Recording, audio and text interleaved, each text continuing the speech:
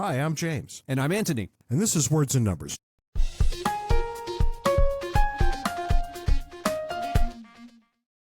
So what are we going to talk about this time around, Ant? This week on Words and Numbers, I want to talk about denaturalizing citizens. Would you believe the government is actually talking about stripping Americans of their citizenship?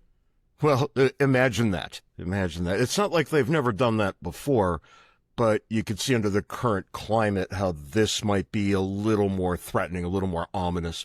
So we'll see where that goes. But you got to stop saying this week. We go twice a week now, man. I want to get into, it's weird because you want to talk about something political. I want to talk about something economic. There's a very strange set of economic circumstances happening right now that only happened once before, and it was in 1987, and you remember what happened in 1987. Oh, 1987 was the stock market crash. It was a Nobody big year. Remembers. It was a very, very big crash. Didn't last for long, for whatever reason. Nope. No, it didn't.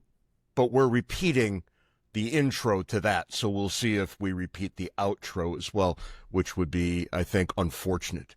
That, of course, will bring us to the foolishness of the week, and I don't even know how to explain in polite language what I'm going to talk about, but let's just say people need to stop throwing things onto the court at WNBA games. I'm interested to see how you managed to do that politely. On to the main episode. I want to talk about the kerfluffle at the Bureau of Labor Statistics. What did they do? What are we going to do about it? Should we do anything about it? Well, they fired that nice lady who gave them, it's a classic shoot the messenger issue, right? The messenger was killed here because of bad jobs numbers. And now she's gone, and Donald Trump will put somebody else in there. He's already nominated somebody, by the way, who is absolutely crazy. We'll get into that some other time.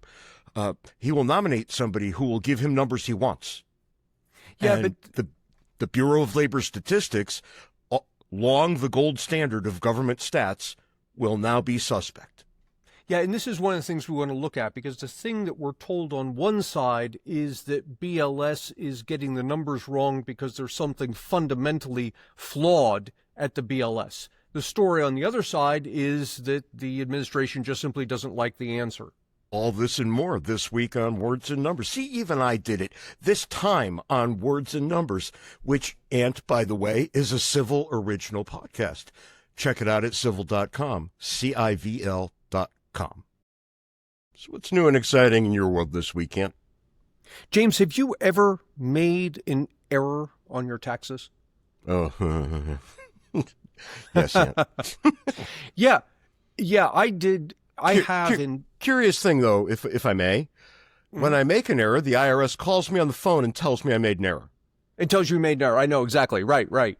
I made an error. This was early on, like I was still in graduate school at the time. And anyway, enough stuff fell on my head that I said never again. From that point forward, I was still filing a 1040 EZ, but I get an accountant to do it. Never again do I want to deal with that nonsense. As God and nature intended. But here's the thing. The Department of Justice has established denaturalization as one of its, quote, 5 enforcement priorities. That is, people who run afoul of the law, the department, in certain ways, the Department of Justice is now looking to denaturalize them. That is, they're people who weren't native born in the United States, became citizens, and now we're going to strip them of their citizenship. And one of the things now that you can be denaturalized for is, quote, financial fraud, financial fraud against the United States, which explicitly includes tax violations. Yeah, you can see all the ways this is going to go horribly, horribly wrong. My God. But don't worry, because this is going to be tied up in court for the rest of the Trump administration, and whoever comes next will silently drop this. You think so? This is a terrible idea. Well, I think it's a terrible idea too. You're giving me some solace, but here's my concern. First off, I didn't know that denaturalization was a thing. I mean, beyond the obvious treason, for example. I mean, it is, but it isn't really. Well, here's where I would warn people, and I'll take you on your word here that we don't need to be worried about this, but I want to put a bug in everybody's ear should this come up again. Look, they're talking about stripping people who have become citizens of the United States, stripping them of their citizenship. You It's a can't short step. really... It's a short Well, step. Well, you can't really strip native-born Americans of their citizenship, because where would they go unless, and this is, I guess, a recent change in the law, the United States now recognizes dual nationals. So it's just one step from that to, if I, for example, am native-born American, but I also hold a citizenship in some other country, why can't they strip me of my U.S. citizenship and just send me to that other country? Yeah, no, I think what it reminds me of is what people might not know this about me. I used to be a DJ at a dance club, and, at the end of the night, the DJ always says the same thing. It's closing time. We don't care where you go, but you can't stay here. And, that's the danger, that you get kicked out, but you don't have anywhere to go, and when that happens, you just go to prison. But I don't think I don't think this is going to turn into a problem. There are a million other things that will, but I'm not particularly worried about this one. So we'll see. I mean, you never know. I've been wrong before on my taxes, for example. But there's digress. All kinds of things that a year ago I would have said are not likely to happen have been happening. Yeah, no, I used to say never in a million years. Turns out I was off by roughly a million years. But Ant, I've got something for you, and this is going to be a little strange by way of how we do things here, but I'm going to read you something from MarketWatch.com, and this is a website that does reasonably solid work on economic things. I read Market Watch. Yeah. There's nothing, these aren't crazy people, is what I'm trying to emphasize before I get started. And I got like 3-ish paragraphs for you, and I want to get your take on it. This past week has been strong for the U.S. dollar index. Its best since 2022, in fact. It's a far cry from the first half of this year, when the index lost almost 11%, the worst first half return on record since the index was created in the early 1970s. Looking back, you might think that the weak dollar was good for U.S. stocks, given the S&P 500's total return of 6.2% during this period of dollar decline.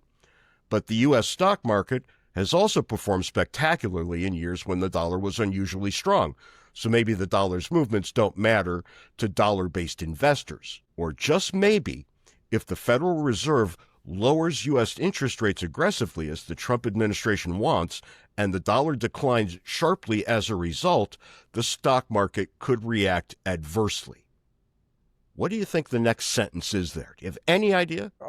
I presume it's now, well, these are reasonable people, so I don't know. I was about to say it's going to be a call to the Fed to cut interest rates, but I'd be surprised if Market Watch said such a thing. No, they do no such thing. It's happened before. In October 1987. For those of you out there who are too young to remember October of 1987, there was a very grim day that month. Very grim. It was a stock market crash that was, if I'm remembering correctly, percentage-wise, it was as large as the 1929 crash? I think it was close, and only second to the 29 crash. Yeah. So this was a big deal. And we may be looking at the same set of circumstances that preceded that. Now, notice, I'm not saying that these are causal. I don't know if they are, if they aren't. And the way this article is written, I don't think anybody's making that case. It's just something that we should know, we should be concerned. Yeah, and that's funny, because you were not overly concerned about Department of Justice and denaturalization. I'm not overly concerned about this one. Here's why. We had this crash. It was a 20% drop, give or take, in one day in 1987, October 1987. It was, because I've looked at the data, it was maybe 3 months, possibly 6 months later. But there was no sign anywhere in the economy that there had been a crash. It was like it never happened. And the difference is that in 1929, The Fed then did the exact opposite of what it should have done in the face of a crash like that. In 1987, the Fed did what it should have done in 1929, and you had a crash, and then the thing reverted, and you're done. Yeah, so we'll see. I just thought it was an interesting historical corollary. And now that you talk about it, we should probably, round about mid-October, come out with a episode on stock market crash, given that the two crashes we've had of that magnitude have both been in October. Yeah, October's the month. Yeah, and I seem to recall there's some reason for that. It's like there's a whole bunch of important Fed and government reports that tend to come out in October. Yeah, well, we'll talk about how reports impact the markets in just a minute. But first, Ant, the foolishness of the week. Get words and numbers on CiVL.com and on CiVL's TV and mobile apps. Regular episodes are free. Sign up for an annual membership to support our show and for access to member-exclusive content. I want to draw our attention, Antony, to the WNBA, something that we tend not to talk about much. And, we could talk about their crackpot salary demands and this sort of thing, pay us what we're worth. The league has never turned a profit, so the players are literally worth less than nothing. So they're not being paid what they're worth, and they're quite right about that. From a certain perspective, they're getting way more than they're worth. But I think that's kind of unfair, and that's a bit of a slap. These are talented women who do a thing that is becoming much more desirable to the U.S. sporting public. People have started to pay attention. And it's not really a surprise because people pay attention to the women's NCAA championship every year. Right? So it's not like this is coming out of left field that one day nobody cared about it and the next day, oh my God, there's a professional league dedicated to it. But as with anything that goes from not terribly popular to pretty popular and presumably on its way to very popular, there are always some growing pains. And people are behaving in the worst way at WNBA games. They are throwing sex toys onto the floor. Oh, my God. And that, my friends, should be beyond the pale, no matter what you happen to think of women's basketball. Mm-hmm. And you've already paid for your ticket. Was it worth it to be a complete and total jerk about everything? Did the $40, $50, $60 you paid to get in the door, was it worth it? Just stay home, for crying out loud. Now, I'm a little testy about this. I am from the great state of Connecticut, where it is mandated by law that we are all female women's basketball fans. So, maybe I take this a little harder than most. It's not funny, and it should stop. The end. So this gets us to where we should have been. Something else that isn't funny and should stop. Yeah, something else that's not funny. We're back to data. We got into this just a little bit. I guess it was last week, the week before, can't remember, when and we have to stop talking about last week and the week before because we are now a twice-a-week podcast. That's so right. Our vernacular is going to have to change a bit. But an episode or two ago, we got into the downward revision in the jobs numbers that had just freshly come out that day. And people were they pissed. Boy, were they pissed. And Donald Trump was most pissed of all, so much so that he fired the woman who was in charge of the Bureau of Labor Statistics. Yeah, yes. In fact, I thought for sure that you would peg that as the foolishness of the week, and I have a lot to say about it. Yeah, I figured it would come up here. But here's the thing I think people don't realize. Economic numbers are constantly being revised. This is not news. It's not like all of a sudden BLS, which is Bureau of Labor Statistics. It's not that all of a sudden BLS out of the blue decide to revise some numbers. In fact, there's a regular schedule for the revisions. And let's stop before we go any further and just point out that I don't care what your political persuasion is, left, right, center. The BLS is the gold standard for statistics in the United States. Yeah. It's they not are. even close. They're leagues ahead of anybody else. Well, they do a good job. They do a fabulous job. And the fact of the matter is, James, it's more than just, in this case, it was employment jobs numbers that they were revising. It's not just jobs numbers. They're measuring all sorts of things across the economy. And these numbers are used in businesses will use them, markets use them when people are pricing stock options or making plans to invest in the future. What are they doing? They're looking at BLS numbers to try and get a handle of what's going on.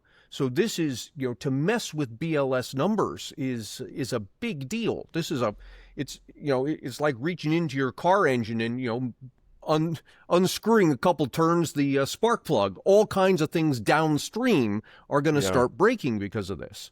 And my concern, and I think the concern of every rational person, is that, okay, the president has decided that the woman in charge of BLS has to go because, as he said, how can anybody be so wrong?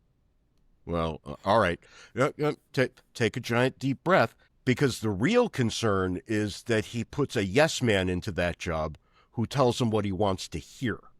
Oh, yeah. Oh, that's horrible.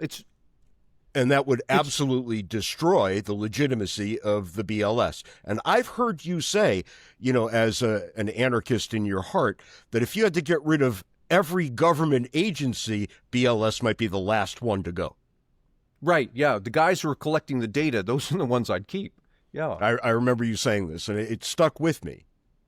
But you touch on a serious problem, which is going forward, BLS's accuracy is now going to be called into question, because if the president can fire the commissioner of the BLS because he doesn't like their numbers, all of a sudden there's a chilling effect all the way down, where everybody is going to think twice before reporting a bad number, but they're not going to think twice about reporting a good number. So all of a sudden, the numbers are all inflated in one direction. You know what this sounds like, Ant? It sounds like every authoritarian government that ever existed. Oh, yeah. Well, this is a big problem that we have with China. Mm-hmm. China's numbers are heavily influenced, right? And so it's really difficult to get a bead on what's actually going on with China's economy. Now, imagine if we're 25% or more of the world's economy. What happens when the world can't trust the numbers that we're claiming are true about ourselves? Yeah, and look, this happens in North Korea. This happened in the Soviet Union. You take your pick. Every authoritarian regime has this problem. Why? Because if you report something to Il Duce, whoever Il Duce happens to be in your specific situation, you might get killed. So you're going to choose what to report very, very carefully. Yeah, now, no one's in danger of being killed here. No, but losing your livelihood is a problem. Yeah, right. And it's not just the head of the department, as you say. It's a chilling effect all the way down.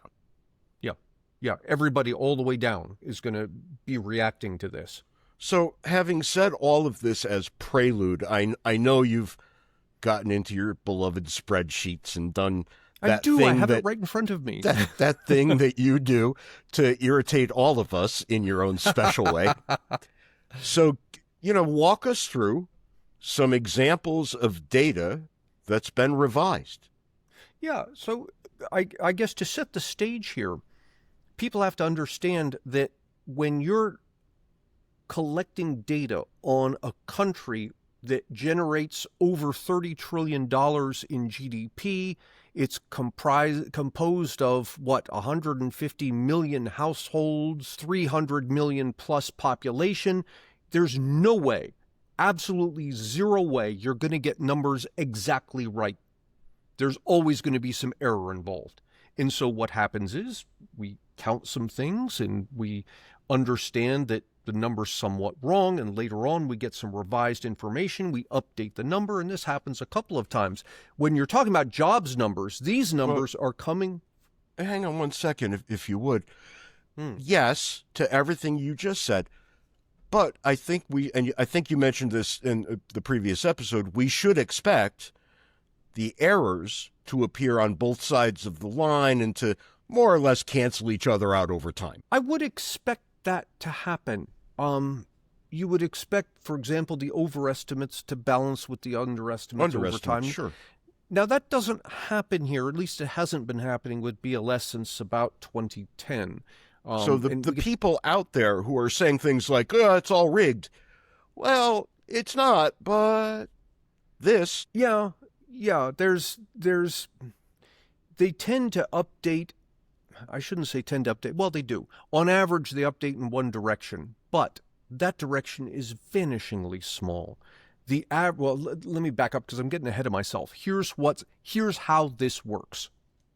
We're talking about jobs numbers. BLS bases their numbers on tax forms that businesses submit. And of course, for all sorts of reasons, some businesses are late in submitting or they have a different cycle or what have you. So the initial numbers that BLS gets tends to be from the big companies, the ones that have accounting departments and they're on the ball about reporting their numbers. And so initially, that's what BLS has got. We can see how many people are being employed in these big companies, and BLS will estimate the rest based on what's happened in the past. We know that there's a chunk of companies out here that plus or minus report so many employees, so we include that. And then next month or the month after, when those forms finally come in, we can revise our numbers and get a better number. So there's actually two sets of revisions that go on. We get the initial number. A month later, we get a revised number based on new information that's come in. A month after that, we get another revision based on more information that has come in. And that's basically, there's one more revision that happens like a year later, but basically that's it, right? And still, that number's not sacrosanct. It's not the end result because there's all kinds of noise in the system. But it's pretty good. It's pretty good, and I can give you an idea of how good it is. This revision that we're talking about, and so what happened was we're talking about June job numbers. The initial estimate was that in June, the economy added 147,000 jobs, which is pretty good. That number, come July, got revised downward from 147,000 new jobs to 14,000 new jobs. Not good. And people lost their minds. They said, where's the 133,000 jobs? How can you be off by 133,000 jobs? Which, when I say it like that, does sound like a lot. Except 133,000 jobs is 0.08 of 1% of all the jobs. Well, the real really stinking close. It is, but the real problem is when you have a bunch of politicians saying, we're creating new jobs, and then they see the first number, and then they say, see, we created new jobs, and then the revision comes out, and it's nowhere near the original number. Now they can't say we've created new jobs. Now they have to say we didn't create any jobs, or work with me here for a second, those people collecting the data are involved in nefarious activities. Right. And much better to say they're involved in nefarious activities than to admit what economists coast to coast have been telling you since January, that you can't impose 25% tariffs and then be changing them all over the place and not expect the economy to slow down. There's going to be a reverberation of that behavior.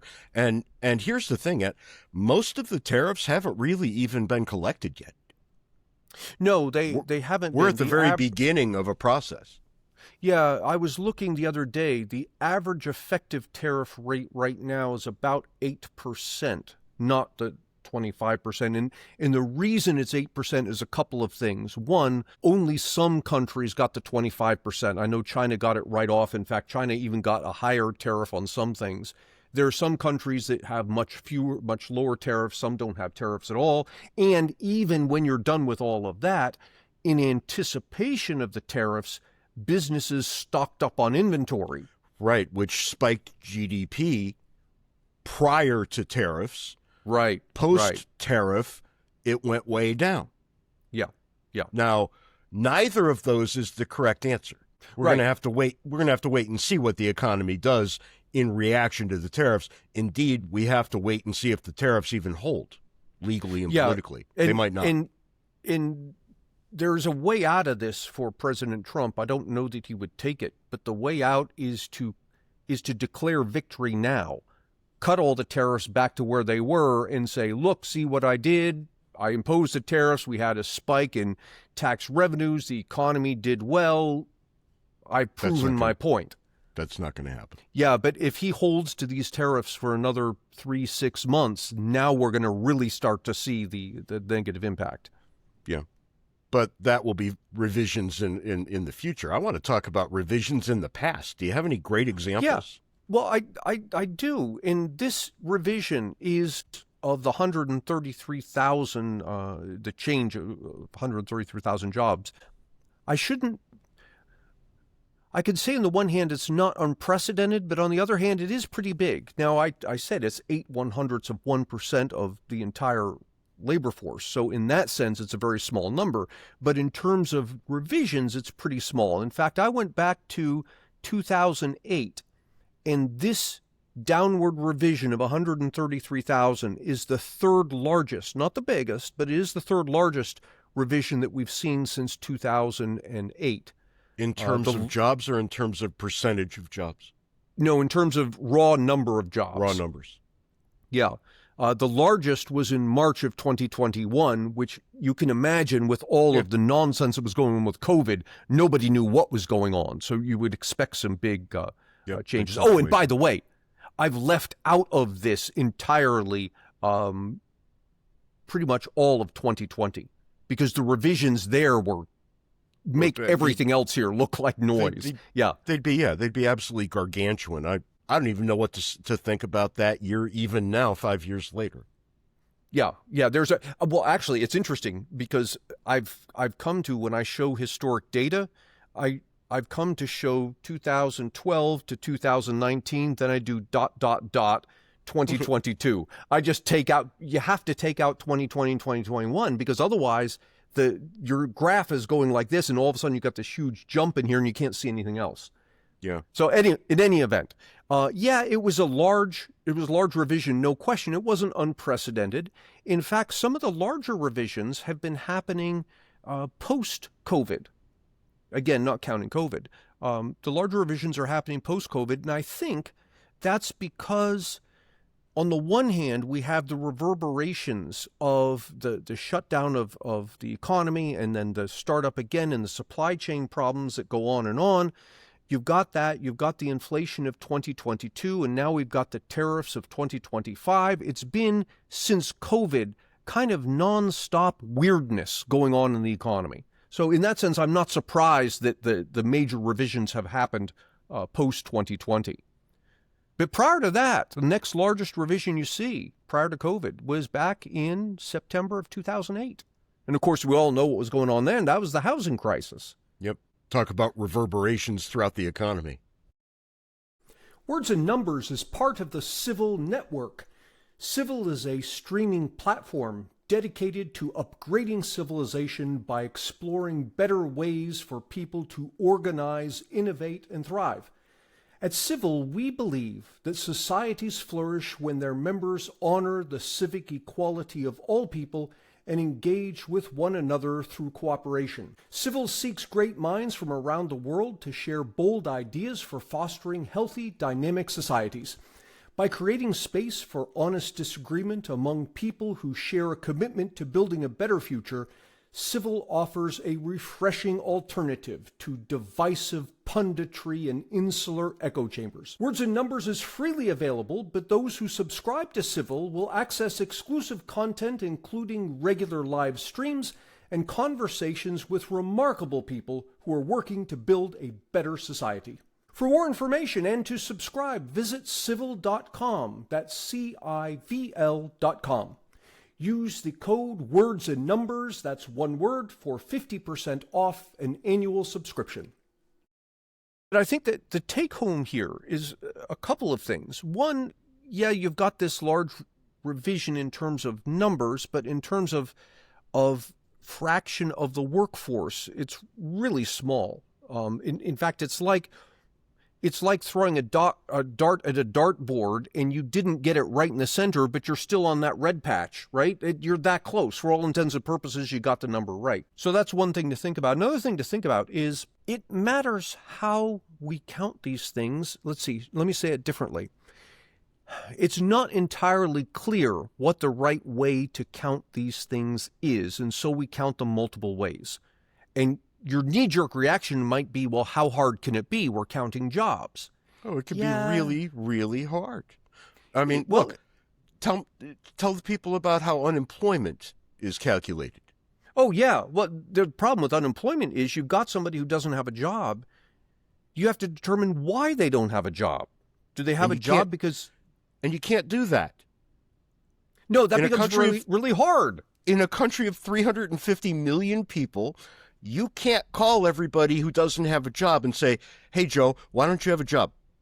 Well, but even if I could, how can I be sure that they're telling me the right reason? For example, that's exactly right.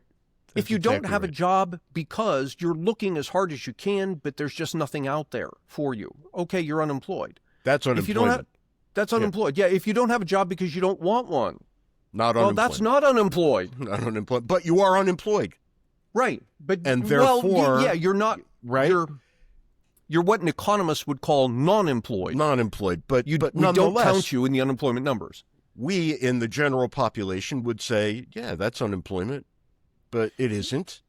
And but it isn't, right? And there's a number of things that share in this nature. I think unemployment is just the easiest one to illustrate. Well, it is, and let me tell you the problem here, because again, you might think it's very easy. We'll just count the number of people who are working if you want to know the number of jobs. Yeah, but how do you want to do that? Do you want to ask the employers, how many people are you employing? You can do that, but notice a problem.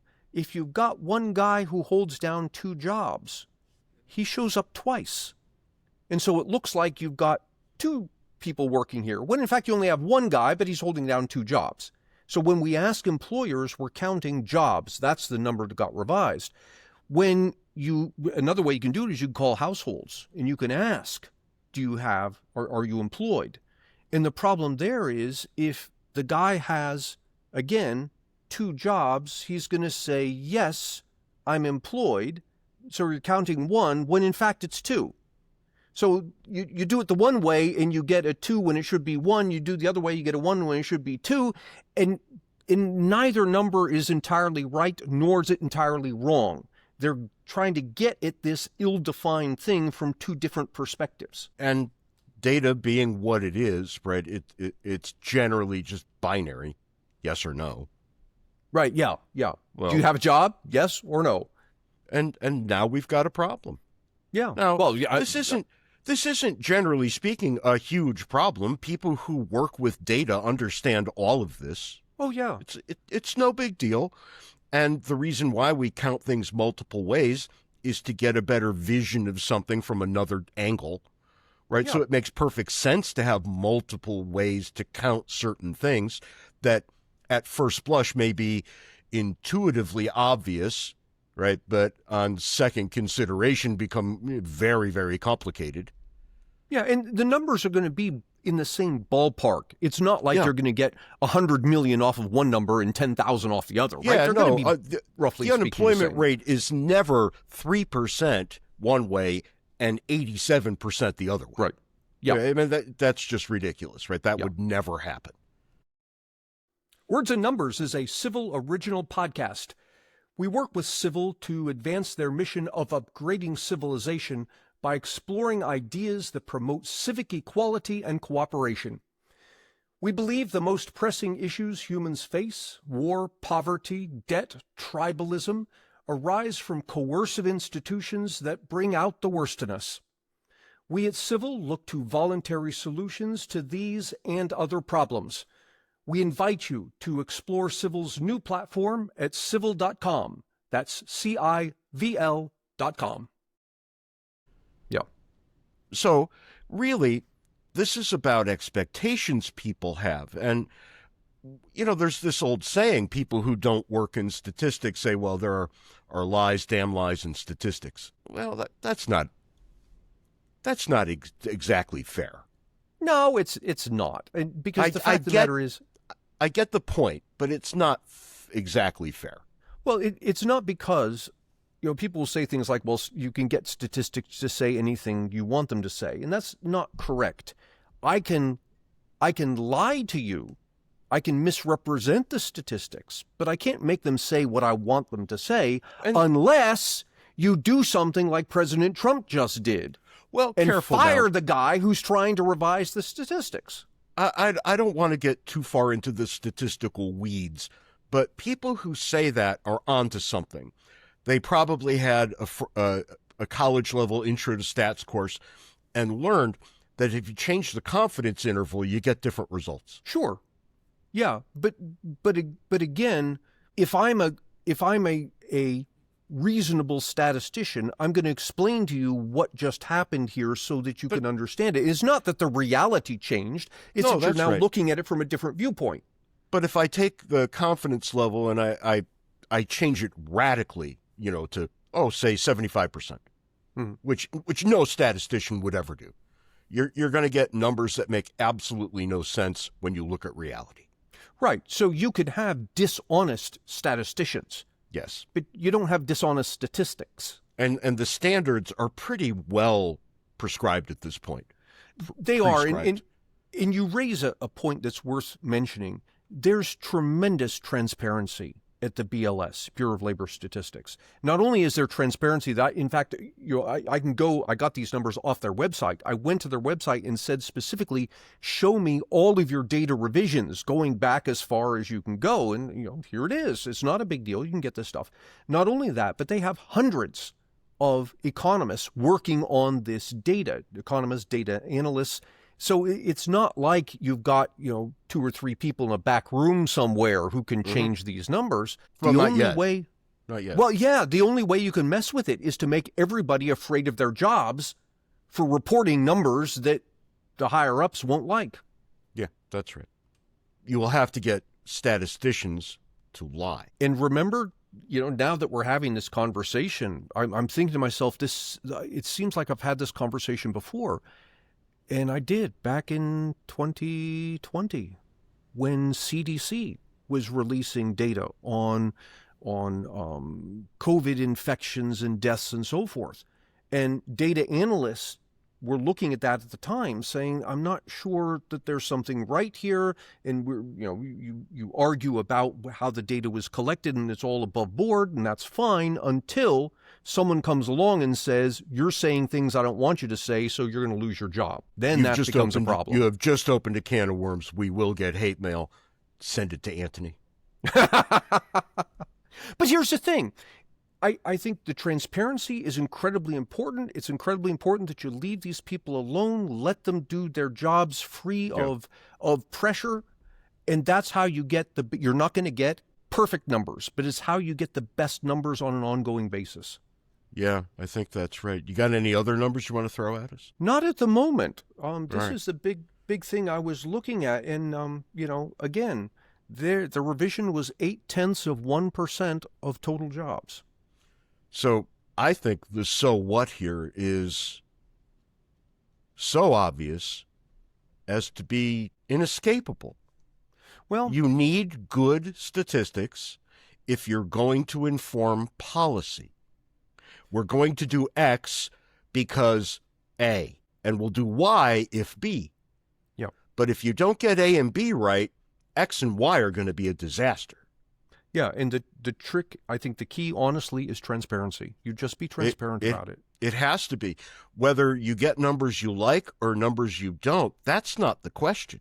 Right. The question is, what do we do about it, right? And sometimes, if you say become president in January, and by the time you get to August, that's really not a long time politically. It seems like a long time in this administration, where things just happen minute by minute, it seems almost. But do you really expect an incoming president to be able to influence jobs in 6 months? You and I are on record as saying presidents don't influence jobs that much at all anyway. Right, yeah. Right? Yeah, and at least in the until positive they start direction. doing things like this president's doing. In the negative direction, they do. In the positive direction, not as much. Yeah, yeah. And I think that's pretty fair. But in order to do anything well, you have to start with, dare I say it, the truth. Yeah. Even if you don't like it. There are all kinds of truths in this world that I don't like at all. I have to take account of them if I'm to do anything well. And that's where we're at. And it's a little heartbreaking to me that everybody doesn't just see it that way as a matter of course. Well, I'm interested in what happens next. I don't know. Has he named a successor to Erica McOnterfer, I believe? Not to my knowledge. Yeah, so the question is what happens with BLS moving forward? If he appoints someone who is obviously kind of like loyal to him, we're going to have a problem. Maybe a Fox News host, he did with the Department of Defense. Right, that would raise my eyes a little bit. It's a little bit disturbing because we're seeing this here. We're also seeing it with the Fed, his calls to fire the Fed chair. Jerome and I Powell. believe we just had one of the members of the Fed, I believe, just resigned a couple of days ago. Yeah, we have to be very careful here. Those institutions, not only do they need to be independent, maybe more importantly, they have to be perceived as independent by people on both sides of the aisle. Yeah, and they have to be consistent over time. And I'll remind people who perhaps are cheering that, the president is doing all these things.